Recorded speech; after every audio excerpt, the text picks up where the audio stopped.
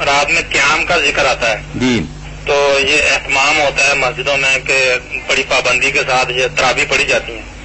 ان کے بارے میں بتائیں کہ ان کی کیا فضیلت ہے، اور یہی قیام ہے یا قیام کوئی اور قیام تھا جو نبی صلی اللہ علیہ وسلم نے فرمایا؟ نبی کریم صلی اللہ علیہ وسلم نے جو فرمایا نا، جو حضرت عمر اور حضرت عثمان علی کرتے تھے وہ تو لوگوں نے دیا چھوڑ، وہ تھی نماز تہجد، وہ ہے اصل قیام رمضان شریف کا، وہ سارے سال ہوتا ہے، ان دنوں میں اس کی زیادہ فضیلت ہے، زور ہے کہ اگر دوسرے مہینوں میں کچھ کوتاہی کرتے ہو، اصل میں بھائی حضرت عمر علی نے خود لوگوں سے کہا کہ جس وقت تم سوئے رہتے ہو نا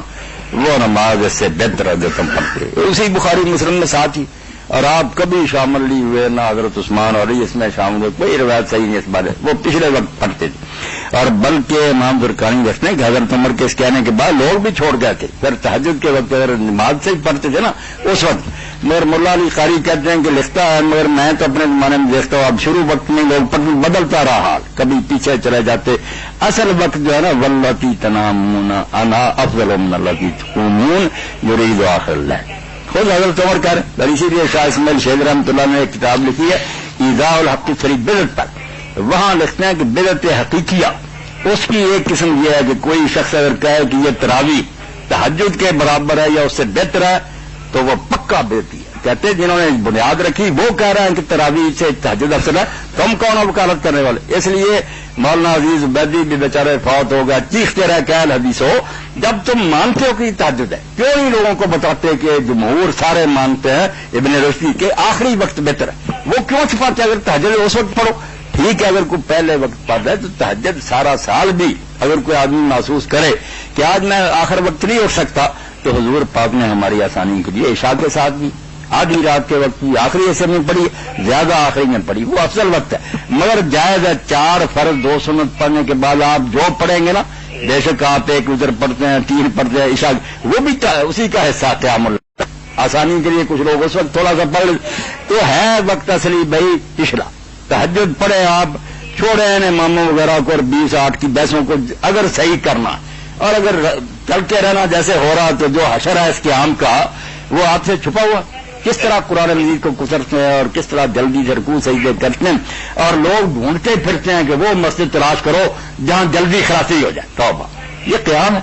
کوئی ہے؟ یہ صدیوں پہلے شیخ ابن عربی نے کہا اللہ کے بندو اس کی بجائے چھوڑ دو، کچھ نہ پڑا کرو، سو جایا کرو آرام سے، اس سے اجر ہوگا تمہیں۔ حضور نے 3 مرتبہ اس بندے سے کہا جو اس نے جلدی سے نماز پڑھی تھی کہ جا کے نماز مڑ کر پڑھ، تم نے نماز نہیں پڑھی،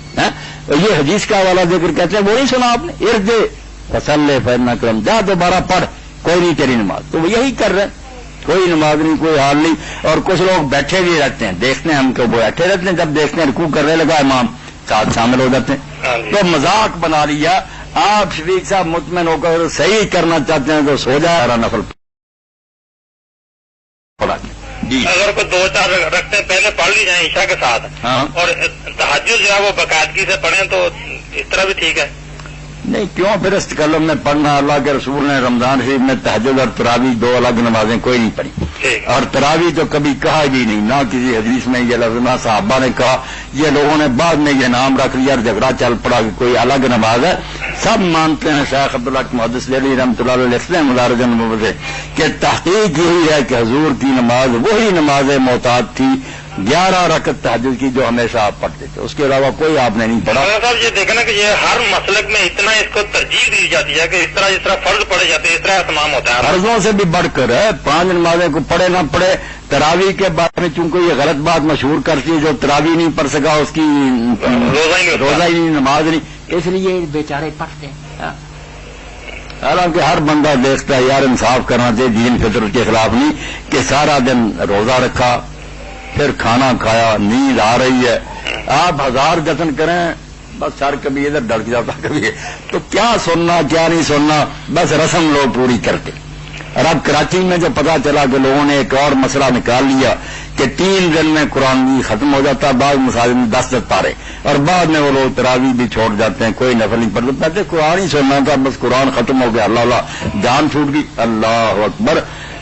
حالانکہ ایک دن بھی قرآن نہ ختم کرے، تھانوی صاحب رحمۃ اللہ نے سوال نامہ بھیجا تھا سارے دارالفتہ میں کہ دکھاؤ مجھے وہ حدیث یا کوئی قول جس میں آتا ہے کہ اس مہینے میں قرآن ختم کرنا سنت، خود ہی سنت بنا لیا، پھر قطر کے پڑھتے ہو، کسی جگہ نہیں ہے. اور یہی امام مالک نے فرمایا کہ رمضان میں قرآن ختم کرنا کوئی سنت نہیں. یہ اپنی طرف سے ہاتھوں نے مسئلے گھڑے کہ لوگ ہمارے پیچھے کھڑے ہو, کوئی ختم کرنا سنت نہیں. آپ ایک آدھ سورت جو پڑھ سکتے ہیں آہستہ آہستہ پڑھ لیں, باقی ساری عمر پڑھی ہے, پڑھتے رہتے. جی صحیح, جزاک اللہ. جی بارک اللہ. السلام علیکم. مولانا شاید وہ اس لیے 3 دن میں ختم کرتے ہوں کہ اللہ کے نبی صلی اللہ علیہ وسلم نے 3 دن ہی صرف تراویح جو ہے مسجد کے اندر پڑھی ہے. نہیں اس نہیں پڑھتا. اگر یہ ہوتا تو پھر باقی دنوں میں پڑھتے جو رہتے نا. چلو پھر قرآن نہ پڑھتے, چھوٹی چھوٹی صورتوں کے نفل پڑھتے وہ بالکل چھوڑ دیتے, آرام سے سو جاتے. اس دور کے اندر اگر کوئی بندہ یہ سمجھتا ہے کہ 3 دن میں جماعت کے ساتھ پڑھ لیتا ہوں اور باقی جیسا کہ آپ فرما رہے ہیں کہ تہجد کے وقت ادا کر لوں, تو کہ یہ زیادہ نہیں. طاہر صاحب اگر اس کو بھی لیں تو ساری زندگی میں 3 دن پڑھی ہے نا. یہ تو نہیں کہ ہر سال 3 دن پڑھتے ہیں. اس لیے یہ بھی اس عمر میں ایک بار 3 دن پڑھ لے پھر چھٹی کرے, اگر اس روایت پر بھی چلنا. حالانکہ وہاں صاف آتا ہے کہ حضور کو خبر بھی نہیں تھی کہ میرے ساتھ کوئی پڑھ رہا یا نہیں. آپ کو تو تیسرے دن پتا چلا کہ یہ لوگ میرے پیچھے کھڑے ہو جاتے ہیں. آپ نماز چھوڑ کر اندر چلے گئے اور صبح لوگوں نے پوچھا کہ اللہ کے رسول آپ کو پتا چل گیا تھا ہمارا, یہ لفظ ہے حدیث کے. آپ نے فرمایا پتا چلا تو میں چھوڑ کر اندر چلا گیا. فرض نمازوں کے علاوہ دوسری نمازیں اپنے گھروں میں پڑھو. مکمل نہیں بات کرتے, روک دیا کہ فرضوں کے علاوہ اپنے گھروں میں نفل پڑھا کر. چلیے, آپ کی بات سے بات نکل رہی ہے تو بھائی نے ایک تحریری سوال بھیجا ہے کہ مکہ مکرمہ اور مدینہ منورہ میں بڑے تواتر سے تراویح جو ہے اس کا اہتمام کیا جا رہا ہے. کیا یہ پسندیدہ عمل ہے یا غیر پسندیدہ ہے؟ اب آپ ایسی باتیں شروع کر لیتے ہیں جن کا ہماری بات سے کوئی لگاؤ نہیں ہوتا. بات ہوتی ہے مسئلے کی, یہ شروع ہو جانا وہاں کیا ہوتا. اب یہ لوگ جب 20 تراویح پڑھنا چاہتے ہیں پھر تو یہ حوالہ دیں گے کہ حرمین کی طرف دیکھو. جب ہمیں حنفی دوستوں سے کہتے ہیں کہ اگر حرمین کا عمل آپ خود سمجھیں تو وہ پھر 3 وطر اکٹھے نہیں پڑھتے. 2 وطر کے بعد 2 رکعتوں کے بعد سلام کہتے ہیں, 1 رکعت الگ شروع کرتے ہیں. آپ بھی پھر اس طرح کریں, دونوں کے درمیان سلام کو پھر کریں, 3 ایک سلام. کبھی حرم کی طرف دوڑتے ہیں, کبھی